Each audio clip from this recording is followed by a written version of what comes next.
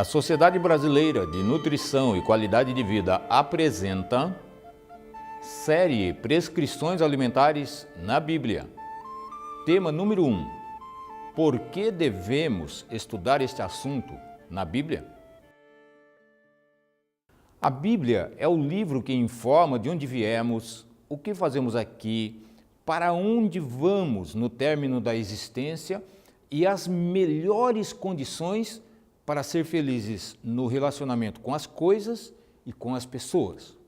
Por isso, contém prescrições alimentares milenares, cientificamente equilibradas, adequadas do ponto de vista nutricional pelo Criador às necessidades biológicas das nossas células.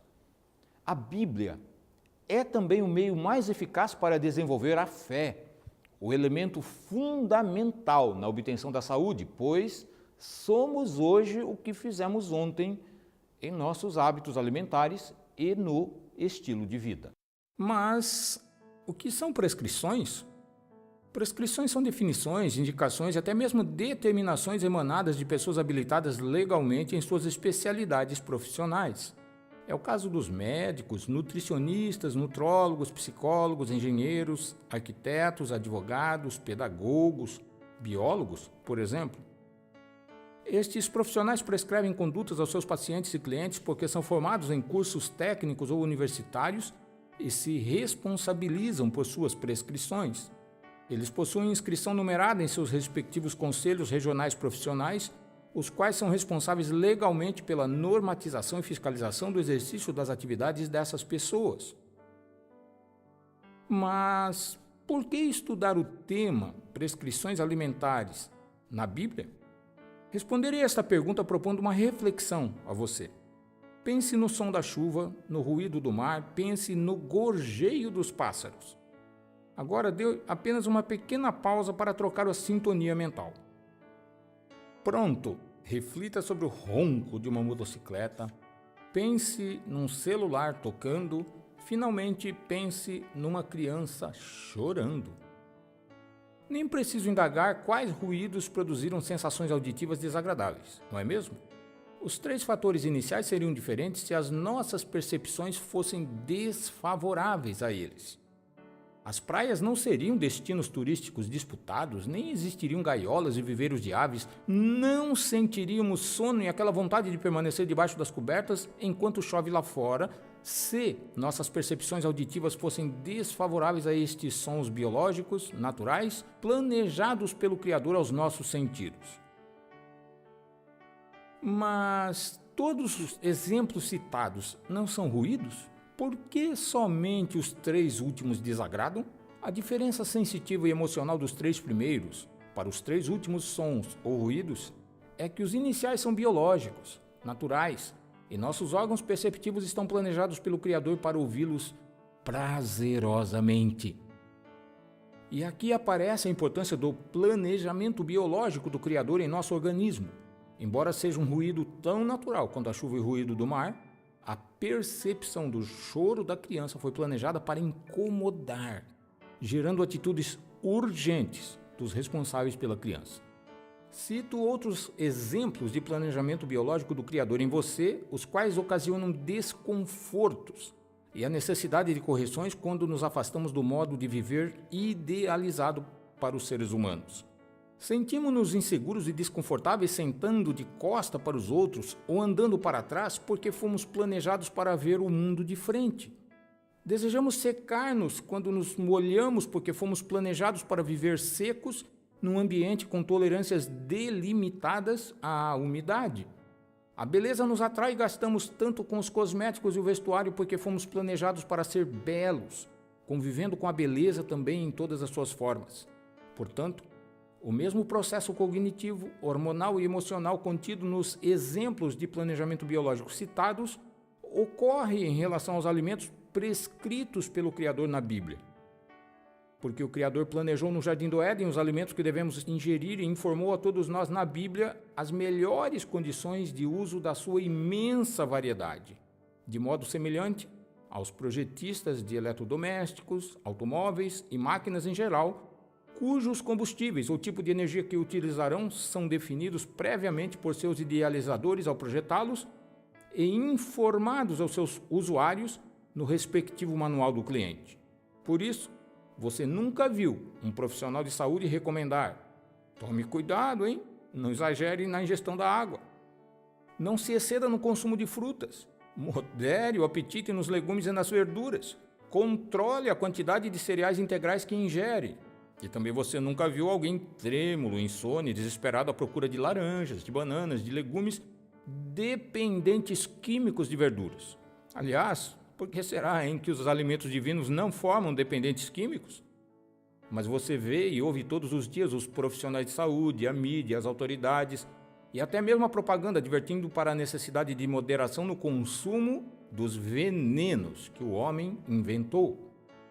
Reflita comigo, por que os produtos inventados pelo homem precisam de advertências para moderar seu consumo? A resposta é simples, embora o tema seja complexo. Os produtos inventados pelo homem não saciam, não satisfazem, não nutrem plenamente, porque são pobres e desbalanceados em nutrientes e fibras. Porque não saciam, não satisfazem, não nutrem plenamente, suas células continuam a solicitá-los, causando excessos tão comuns. Os produtos inventados pelo homem são ricos em aditivos químicos sintéticos e alcaloides que viciam, agridem e intoxicam suas células, ou seja, há diferenças fundamentais não perceptíveis visualmente nos alimentos que Deus criou, as quais, segundo as pesquisas, evitam a maioria das doenças. E mais, certos produtos sequer são reconhecidos como alimento pelas células humanas, como ocorre com o açúcar branco, por exemplo. Por isso, as guloseimas são um desafio para os pais, os educadores, os profissionais e as autoridades de saúde, todos nós. Nesta época de maior oferta de alimentos da história, nesta época de gigantescos interesses comerciais na venda de remédios, suplementos e serviços profissionais de saúde, encontramos segurança alimentar plena, absoluta, somente na palavra de Deus. Porque a fé é um elemento essencial para obter e manter a saúde, de sorte que a fé é pelo ouvir, e ouvir pela palavra de Deus. Romanos capítulo 10, verso 17. Porque a Bíblia é a palavra de Deus, é a fonte mais segura para obter fé nas orientações de saúde, no conhecimento e na compreensão da sua vontade. É verdade que gostaríamos de obter primeiro os resultados e depois empreender as ações e as atitudes que promovem a saúde.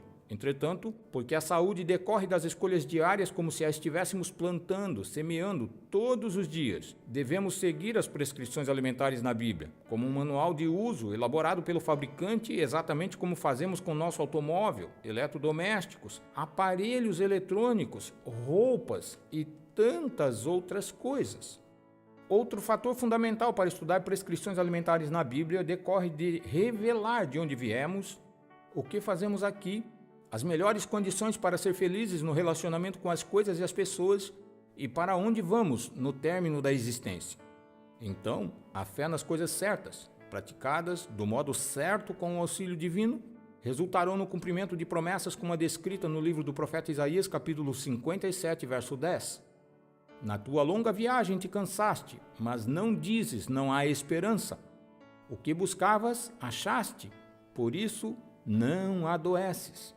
Isaías capítulo 57, verso 10.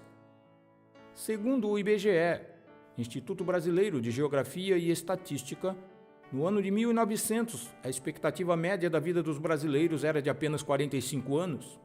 Já em 2009, também segundo o IBGE, essa média saltou para 73,17 anos. Porém, estamos vivendo mais em função de remédios, cirurgias, tratamentos com uma qualidade de vida ruim, quando na verdade deveríamos não adoecer se buscássemos e praticássemos mais as orientações divinas.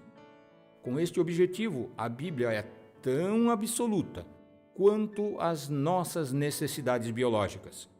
Precisamos desta segurança para evitar a relatividade própria da natureza humana e dos interesses comerciais gigantescos relacionados com a saúde. E mais, os praticantes das prescrições alimentares da Bíblia diferenciam-se nos indicadores de saúde, porque a Bíblia orienta a diferenciar o santo do profano. O livro de Levítico, capítulo 10, verso 10, tem este texto. E para fazer diferença entre o santo e o profano, e entre o imundo e o limpo. Levítico, capítulo 10, verso 10. O que Deus criou é santo. São profanos os produtos que o homem inventou, exatamente aqueles que o médico contraindica quando você adoece. Somos advertidos pela Bíblia a não ser profanos, pois significa menosprezar o que Deus criou. E ninguém seja fornicador ou profano como Esaú, que por um manjar vendeu o seu direito à primogenitura.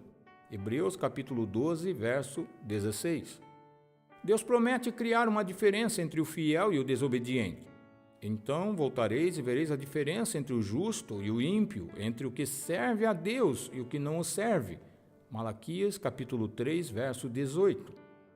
Diferença comprovada na ausência de doenças, na longevidade e na economia decorrente destes benefícios. Conselho inspirado. Grande parte do mundo cristão não tem o direito de se chamar cristãos. Seus hábitos, suas extravagâncias e o cuidado do corpo em geral constituem uma violação das leis da saúde e se opõem ao ensino da Bíblia. Estão se preparando no decurso da vida para o sofrimento físico e a fraqueza mental e moral. Livro No Deserto da Tentação, página 70. Esta é uma realização da Sociedade Brasileira de Nutrição e Qualidade de Vida. Para participar de cursos e retiros sobre hábitos alimentares e qualidade de vida, ou para adquirir nossos livros e DVDs, ligue 51 3085 4666 ou acesse www.qualidadedevida.org ou presidente@qualidadedevida.org. Em nosso próximo encontro, abordaremos: é possível jamais adoecer? Até lá!